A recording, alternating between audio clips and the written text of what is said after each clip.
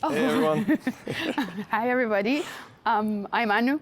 I'm Pablo. Welcome to Familia Pablanu. We are continuing our health discussions about... And in this segment... Sorry, guys. And in this segment, we are going to touch on the million-dollar question, which is weight gain and weight loss. Yes. So in our experience, as we were kind of slowly transitioning to more plant-based foods, and now entirely plant-based foods, we noticed a lot of changes. But before we did that, what was it like for us? Bienvenidos a nuestro canal. Yo soy Pablo. And we are Familia Pablanu.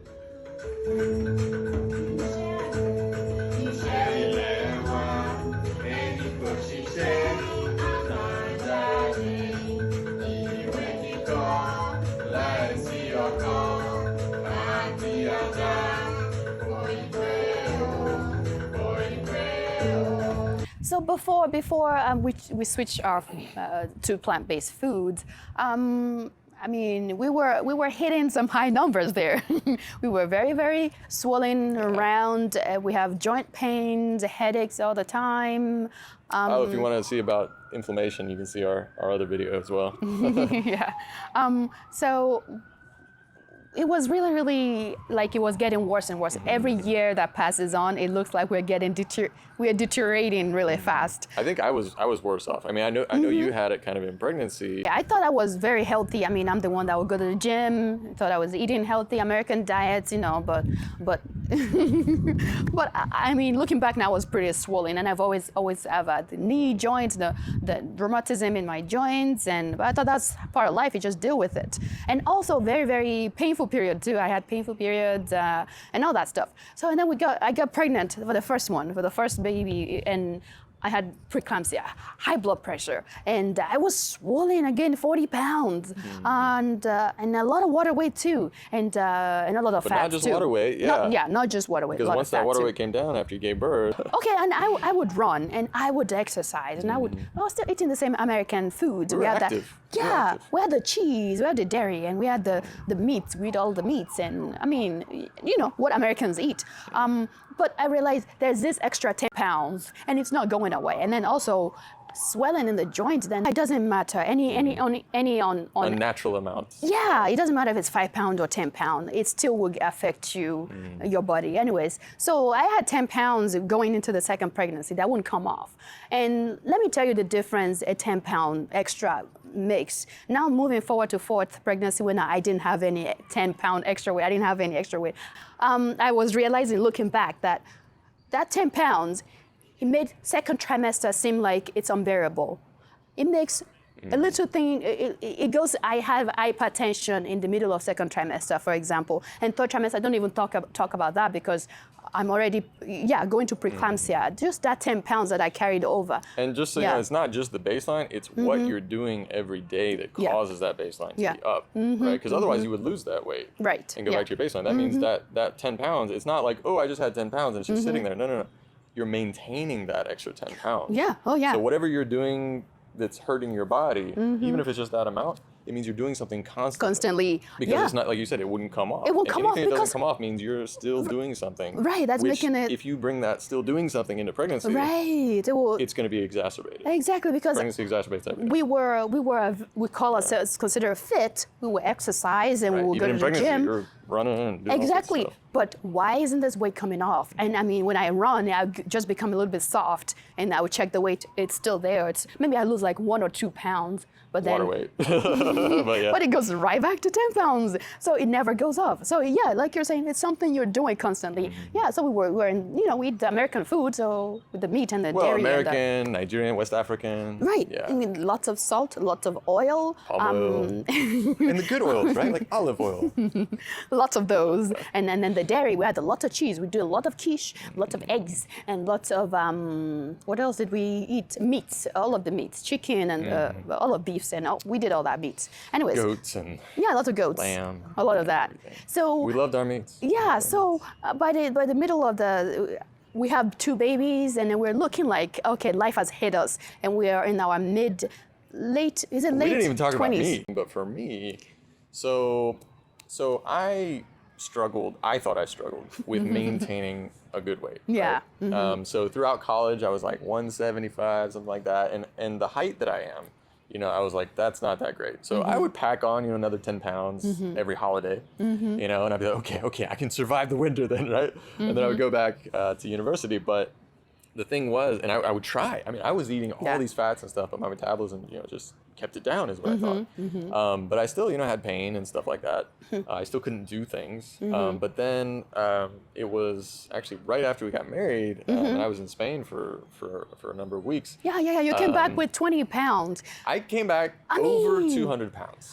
So I was 210 almost. Well, right? we'll show you the photo because then I got pregnant not too long after that, and you didn't lose the 20 pounds. Yeah, you had what kind of health issues did you have though? Well, I mean, there was a lot of things going on with me. The doctor told you were overweight. Yeah, the doctor told me I was overweight. I was like, I don't believe that. And he's like, well, yeah, as soon as doctors hear you like being like, well, that's not right. They don't want to fight, so they're like, well, BMI and stuff. Yeah, it's not really. I mean, yeah, we're not using that anymore. I mean, it's not, so they try to make you feel better. Right, because they told me that I was pre-diabetic, and I took a heart to it. Like why would they say that? It's like they're out to get me. Like I'm healthy. I exercise and I eat well. I don't eat McDonald's every day. Yeah, I eat like animal cracker cookies every other day, but I'm pre-diabetic. Why would you say that about me? Animal crackers like every night. I was very offended.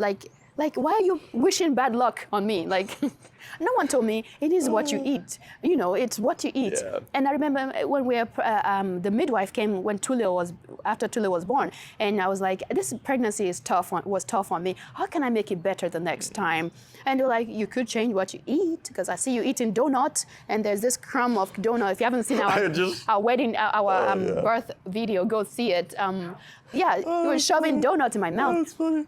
And the midwife's like, you might change what you eat. And I'm like, I'm healthy. Got offended, yeah. Yeah, I'm healthy. Baby's healthy too. I even came in and was like, she's fine. Like, baby's fine. Everything's fine. It's fine. It was. I wasn't healthy, but I took offense. I was offended that they would say, why like you're wishing me bad things, that you're saying that I'm going to die of this disease because of, I don't know, whatever. I didn't know that, it is the food that we eat that causes those problems. Yeah, I mean, but the thing is, just the way the culture is, in the U.S., it was like something in my head that just said, okay, well, because I kept having to buy bigger and bigger pants. And I was like, well, I mean, this is just how life works, right? As you get older, you grow. And everyone would always say, yeah, I'm no longer growing up, I'm growing out.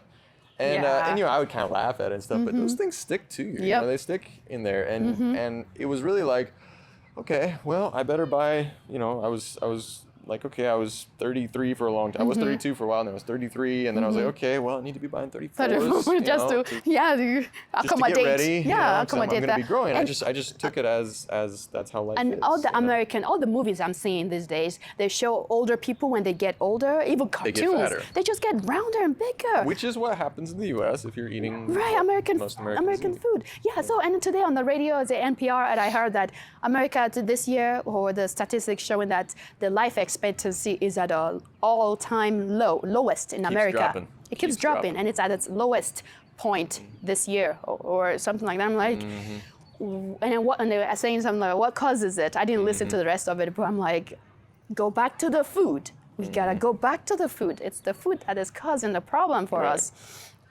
Anyways, so the weight. So we started gaining the weight, and we're seeing the result on our bodies, and it was seeming like life was just not really joyful anymore. We're just living day to day with these pains, and it feels like good Lord's gonna take you when good Lord's gonna take you, but and you might catch diabetes but at any moment. There's a lot of pain where I just gotta be in pain, and that's how to live, But right. But cancer might hit you at any second. Yeah, it's just gonna catch it just like that. Anyways, so but then after the Tulio's, and then I was asking him, how can we make this better? So we started doing the research, and we're thinking, and we're looking into it. We're like, okay, let's eliminate all these things little by little. And you're like, you know what? We should eat like the old and the poor farmers. And I'm like, what do the poor farmers eat? What did you? And I wasn't even thinking about weight, right? I thought we were good with weight. So I was like, hey, we're not like overweight like those people, But I mean, we were still overweight. But no, I was actually thinking about the teeth, and I was like, hey, the teeth, paupers back in the day had really good teeth, and the wealthy had terrible teeth because the wealthy had access to all the flavors of life, right? All the oils, all the sugars, and all that kind of stuff. And you're like, okay, they had black teeth, and they could never smile. Right, and you're like, okay, let's take away the meat, and I'm like, where are we gonna get our protein? And you're like, well, beans. I'm like, what do you mean beans? Yeah, I was like, we could eat meat like once a week. At that point, we didn't even eat beans at all. The beans that we eat was in a can, and it mixed with syrup. And it's just disgusting. No one should be eating that. Guys, no one should be eating that. And you're like, we should eat more beans. I'm like, what is wrong with you? Why are you saying that? I would try to cook them. Like, that's poor people food, right? But that's the thing, and that's what I was trying to say is, no, the poor people back in the day, they were very healthy, right? They were very healthy, and they had meat. They hardly ever had meat. Right, that was a rare occasion. That was maybe like Christmas or something. And even you growing up. Yeah, growing up, we eat chicken. Christmas chicken or something. Yeah, we slaughter chicken for Christmas, but other times you put mushrooms and you your teeth make were beans and you make do with what you have. We didn't have the money to buy meat every day, but now that we come to America, now that we feel like we have arrived and we have enough money, we eat meat every day because we feel like now we can, and it's causing havoc to our health and the dairy too. Guys, So you had perfect teeth, never had a dentist, never had anything. No, I was fine until I came to the US, and I was the first thing we're drinking was a lot of sodas, and I remember my dad said, "Careful of the soda, it might, destroy your teeth." I'm like, what's he talking about? Oh, whatever. Not to mention all the meat that was sticking between your teeth. But the first time I had cavities in my teeth coming to the US with the drinks and all that, and also. Within how fast was that? Like a year? About a year. About a year. Crazy. And that's our whole life, right? About a year. Eating primarily plant-based for the most part, and then you come here and boom. Yeah, and then also the teeth was not too strong, and that's with fluoride in our water. Sorry, and that's with added fluoride in our water. Well, anyways, so stupid. So we saw what we were eating, and we saw the result on our body. So when we ask, okay, you're saying, okay, let's. How can we make this better? I'm looking online, and it says, just shut up and drink that milk. It's good for you. And I'm like, well, it's like they're making us want to shut up and not want to see what's underlining. And I'm putting one together and turn out that... Or two and two together. Yeah, two and two together. You want to add more? Turn out that if you're drinking that cow's milk that has the same growth factor as human, not to mention the same hormones, estrogen the same coming hormones, from right? Formerly pregnant cow, breastfeeding cow, like cow, it's a lot of estrogen. And then you're taking that into your body. No. Actually, the reason is that when it says it's my hormone that is doing this to Tulio, and I'm like saying, wait, if they said the milk that I'm drinking from the cow. Wait, are we going to repeat this whole story? Yes. If we're going to repeat the whole story, then start from the beginning. Oh, yeah. So we're seeing all this effect. So, what really got us was when I was the midwife saying you could change what you eat when it came to Tulio's birth. And Elena's. Oh, that was earlier, yeah. But then I was putting two and two together, and I was realizing, wait. All our children had breast buds, and it was painful, and they were in pain, and they were swollen. Some of them actually had producing their own milk. I'm like, how? Even Tulio produced his own milk. Elena produced her own milk. And I'm like, how can I make... 1 day old, was producing her own milk. How can I make this better? Hey, is there anything I'm doing on my part that I can do to make it better for these children? Because this is not right to see them like this. So I look into it, And then also I remember asking, so for the first pregnancy, I remember asking in the hospital, like, is this normal? Because Elena did that, and she also had some blood as well, like a mini period at day one. And I was like, is this normal? They're like, well, it happens a lot, like a lot. A lot. In this country, at least. But it's not normal. And this is the hormones of the mama. I just got to tell you, right? It doesn't matter if they say, oh, it happens a lot. It might be normal in this country. It's not normal outside of this country. It's not normal for children to produce their own milk. It's not. Or have periods at 1 day old. That's not normal, just so you know. Like, yes, and you grew up drinking a lot of the milk and the cheese and all that, and when you are hitting puberty and you having breast buds too, and I'm like, wait, that is. And my friends had even worse ones. Yeah, I'm saying. They had really bad. But I'm saying that mine hurt so bad. Right, and you were telling me this the experience. I'm like, wait a second. That is what I had when I was 12 years old. That is what my hormone as a woman. You have that estrogen. We went through puberty in the same way. Yeah, and I'm like, you probably had the same amount of estrogen. I might have had more estrogen than you. Yeah, I'm like, you're not supposed to. I was drinking milk all the time. Yeah, you're not supposed to have that. Right. That's not normal, guys. Guys, a 12-year-old boy should not be having breast buds. 13. 13. 14. Yeah. I was afraid to take off my shirt. No boys. I was. Yeah. And you see that all boys these days, practically all of them have it. Yeah, it's not normal. That is not normal. Anyways. Boobs and stuff. Yeah. So we were thinking, what can we do. So we're looking in the milk, and it's looking like there's a lot of information out there saying just shut up and drink milk, and but no, we're realizing that. Well, what made us think about milk? It's when it says it's the estrogen. Yeah. That. Yeah, because they said, oh, this is normal. It's just the mother, as soon as she starts breastfeeding, her estrogen levels skyrocket. And then we were like, wait a second. If he's drinking my estrogen, I'm drinking something. I'm drinking milk too. But see, we're mammals, and these massive, several ton, I don't know if it's several tons, but massive mammals have who are having producing a rush of estrogen. Right. Not to mention the growth factor to build this tiny 40 pounds into huge, almost 1,000 pounds. Yes. Yeah, I mean, wait a minute. We're taking all those hormones. No wonder And I was looking into it. Do cow milk, the milk have hormones? And they say no added hormones. Yeah. I'm like, you don't have to add extra hormones. They have their own natural hormones. And you can, I'm like, and it says, and the extra hormones has been processed out through the filtration system or the pasteurization. No, that's not true. If that were true, we wouldn't be having this stuff. Exactly. Right? Look at the results on us. It is still there. There's the estrogen, there's the hormones in there. So anyways. Which we don't have anymore. Yes, guys. So we were looking into that. We're like, okay, we're gonna try this. We're gonna do this. Take the milk off, and then it was kind of difficult. Cheese, butter, anything that's dairy-based, yogurt. Yes, not even skim milk. Not even skim milk. No, because that ain't gonna help. The skim is break down into readily available estradiol, which is readily absorbed by your body. So skim milk, please skip it. So, anyways, so we took the dairy out, and what did we see?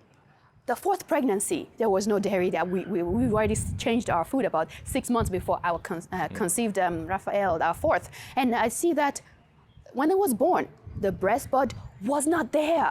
He is the only child that didn't have breast buds when he was born. No breast bud grew on him. No, nothing. He was the healthiest and the biggest baby we've had yet. The most healthy, biggest, strongest baby we've had. It was 8 pounds. Fully plant-based, by the way. Yeah, 8 pounds, 7 ounces. And it was dense. It looks muscular. He has muscle, not like fat, round. It wasn't round like that. It's built very well. He had like abs and stuff. It's great. Yeah. As a baby. He grew up, he was eating, where did he get his fat? A lot of avocado and the legumes and all the plant-based food. That's what I ate. I mean, there wasn't any dairy. He's got cheeks. Oh, yeah. Just eating plants. So we took the dairy out and we saw the results with the baby. What else did we take? When it comes to the weight gain, I gained 20 pounds. 20 pounds, guys. Total. And that's from your base, which we didn't talk about. Your base went back down to your pre-marriage base. So we switched to plant-based food, and we realized a few weeks after that, the pains were going away. Joints were free. We can run. We're lighter on our feet, and it seems like there's joy in our life again. And then little by little, the inflammation was going away, and things were getting better. And we're losing that weight. We lost weight. All the fats that was in our body, we lost it. It was gone, and I was back to. My mind was blown. I lose weight where I thought I lose fat where I thought I could never lose fat. Mm-hmm. The thigh, no matter how exercise you do, it's never gonna go away. Or the belly, the thigh in between the thighs, the fat there was gone. I am like, oh my gosh, I look like a model. Yeah, yeah. And yes. What about my pouch? You had a pouch. That thing was growing over our years. I was like maybe 17, 18. Yeah. I've always had a little pouch, and it was gone. The pouch disappeared. And now he has abs, guys. Even though I would do ab workouts like every day. Yeah. It didn't help, but yet. Yeah. Yeah, I mean, it's amazing. Even if I don't work out, I have abs. So. Yeah, we both have abs. It's amazing. So we're feeling our body again. That has never happened since I was 12 years, hit puberty. Yeah. Mm-hmm. Anyways, so that was back. So now that is why I'm saying it's amazing to be back to a normal level, because by the time I was in the second trimester, it was a breeze. Mm-hmm. My heart rate, my blood pressure was amazing. Perfect. And then third trimester, definitely reaching a 135 over maybe 95 is getting to the hypertensive stage. But I mean, in third trimester with the fourth pregnancy after we changed our food, I remember I did my own prenatals. Yes, it was 108 over 68. Mm-hmm. That was third trimester, and I was about a week. It says I was a week late, so I was already. It's amazing. And I gained 20 pounds. And when I gave birth, the baby was 8 pounds, 7 ounces. And the rest of the pound... So nearly half of that was the baby? Yeah. And the rest of the pound was gone in like 4 weeks, 4 to 6 weeks, it was gone, and I was Which back is to my... probably mainly water weight for the most part. So I know we're talking a lot about pregnancy, but for those of you who are not pregnant or never can be pregnant, from my perspective, kind of what I went through was realizing just bit by bit all these little things throughout these different stages was like we talk about the abs, we talk about muscle definition, stuff like that. It was like the tide going away, and you can actually see the sand and the shells underneath, and it's like, oh wow, I had muscles there. Imagine that, you know? I'm like, wow, I have veins or things in my legs. I've never seen an artery in my leg before, but now I can see them, you know, things like that. It's just like, whoa, it's like learning more about your body. But one of the things that also hit me was that, and I know this might seem kind of silly, but like my muscle was always soft.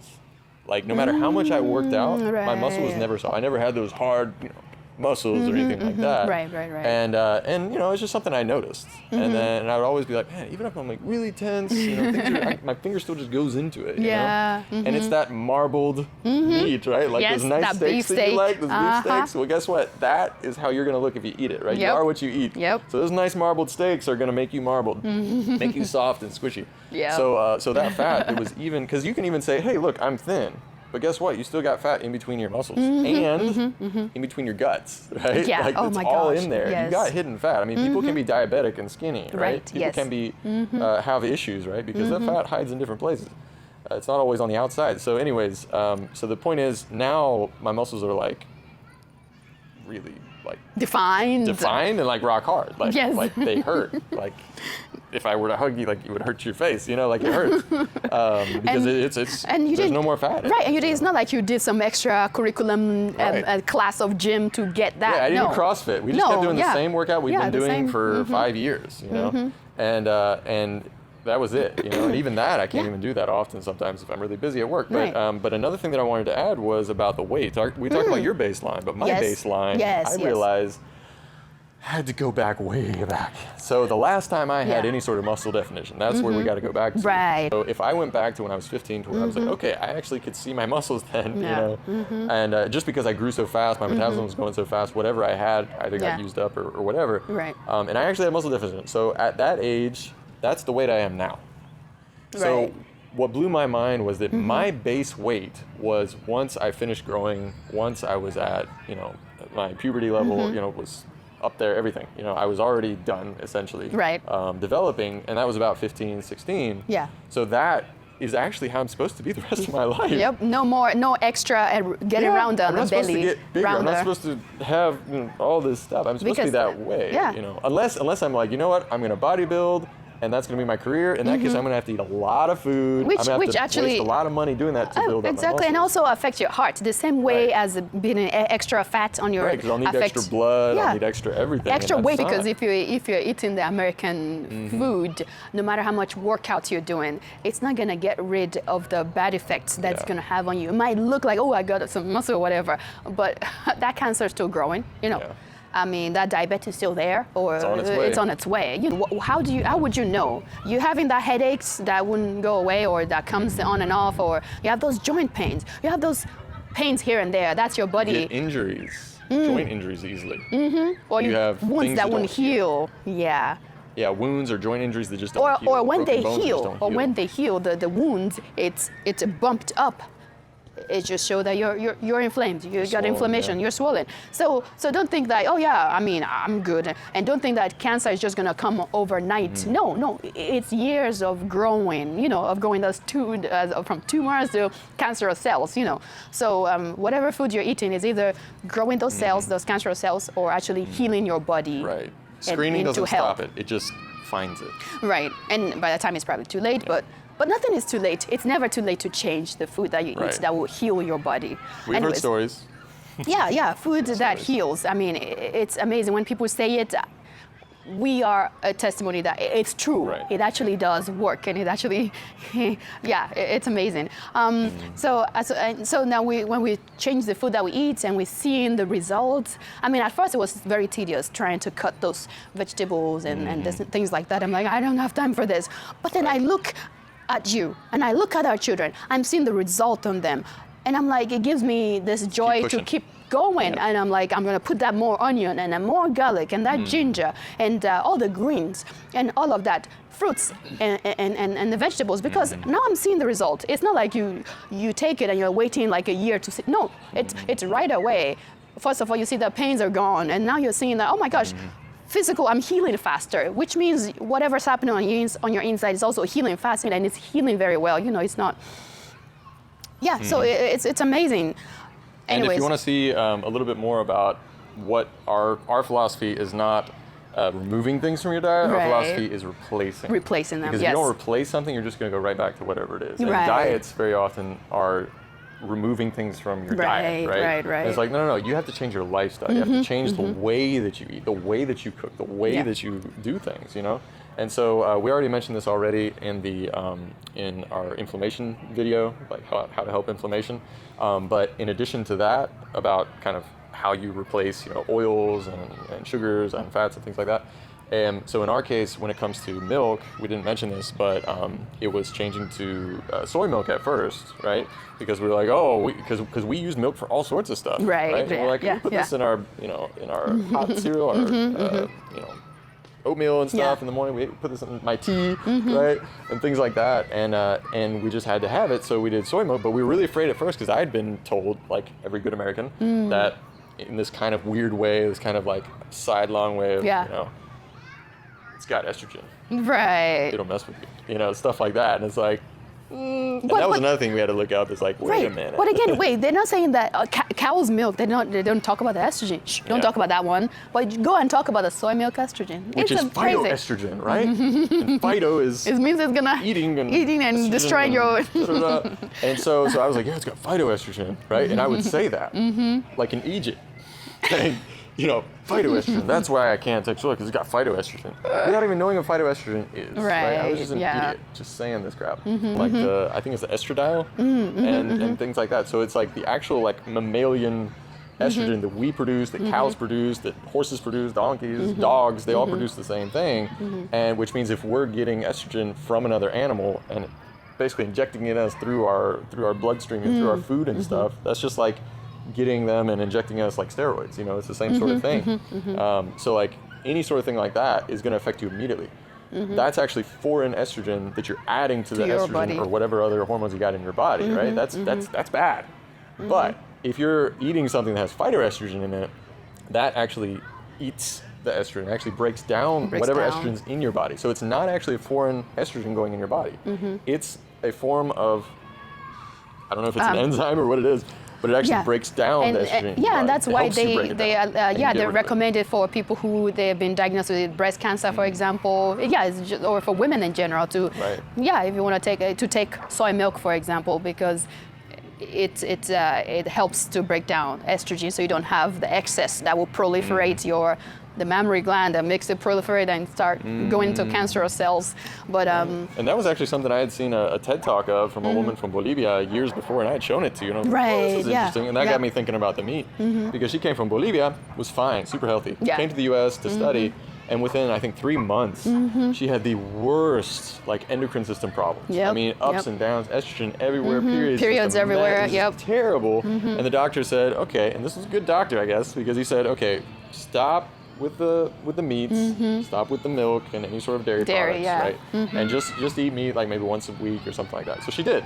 And she said she went back to normal, like almost immediately back to normal. And that got me thinking. I was like, wait a minute.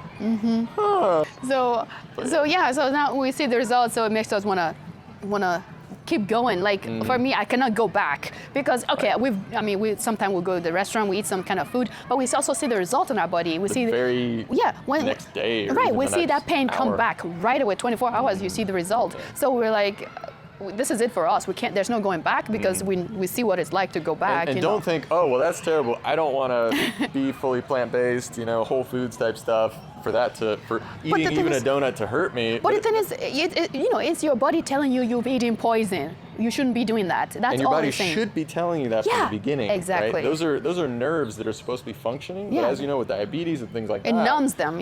It numbs them. Right. So you can't feel this. So people coming from other countries and they eat our food for the first time, like you did, you spit it up. You eat a burger, you're like, well, that's how we feel now. So bad. We feel like foreigners in our own country. It's amazing though. We have nerves working on the finest, highest level. Right, the whole body's like functioning. Yeah, it can detect if you're eating poison right away, and it tell you, oh, what are you doing? You have a little headache. Yes, you've eaten poison. It can tell us, and we know okay, I'm gonna avoid that. And we didn't even talk about our eyes.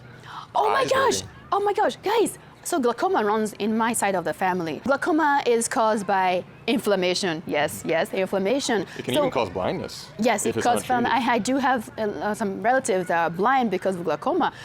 So I was looking into it because I thought I'm next, because if it runs in my family, let me look into this. And it says, it's because of inflammation, and then the eyes become blurry, and then over time the pressure is so high that it can actually blind the retina, and they can't see anymore. So I'm like, how do you fix it? If you take away the inflammation, it takes away the problem. That it cures the problem. So when we switched to food, all of a sudden, my eyes were as clear as daylight. My eyes were already getting blurry, and it was really the pressure. Even before we met, the pressure was so tough, and so I've been to a eye doctor, and he was like, the pressure in your eyes is a little bit higher than normal, but that's okay, just monitor it. But now when we switched to foods, it's amazing, and it didn't just go away. I realized that we actually had to take away the salt.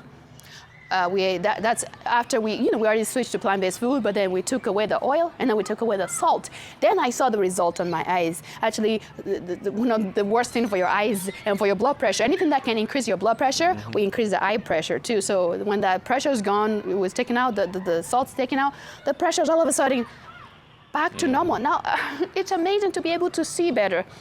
The eyes are so clear. And even when we were not eating well, and my eyes were not nearly, even when we got them checked out, hers had a lot more pressure. Yeah. So I was like, that's an issue that she has. She can feel all this stuff because her nerves are working well, apparently. But no, even now, like I'm having that too, to where like now I can tell the difference. Like if we eat a lot of salty something at a restaurant or something, and I'm telling you, the next day or something, I'm like blinking a lot. My eyes are really like kind of almost hurting. Like I can feel the swelling, and it's blurry. Yeah.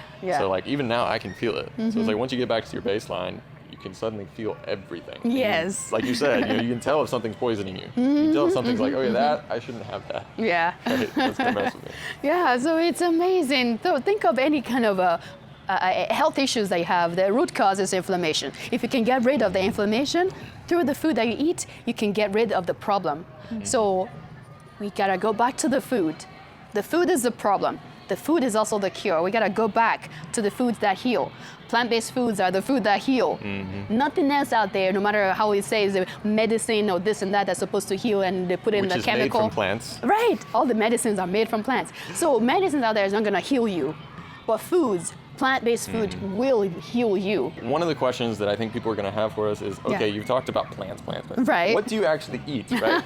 Well, we have a lot of videos you in particular are showing, about the things foods that we put together. How we cook it, how we make it. It's the most simplest things. It's like 5 simple ingredients. You put the beans, and you put some potatoes, tomatoes, sweet potatoes, carrots, and you just put them together, make a meal. Yeah, so in a nutshell, I mean, you can find a lot of flavors and a lot of different things. That's like super basic. Right. I mean, when we started changing what we ate, suddenly this whole world of so much variety came to us, right? When you suddenly aren't just going to get your bacon, to get your taters, to get these things, your chips or whatever, like if you're not just stuck in that world, suddenly it's like, a whole new world. Everything. Like there's so much stuff. Yes. I mean, we started eating like 50 different grains, when before it's like, you eat oatmeal or something. It's like, no, you got, like what we talked about before, you got your spelt, you got your quinoa, you got your rye and the barley. Barley,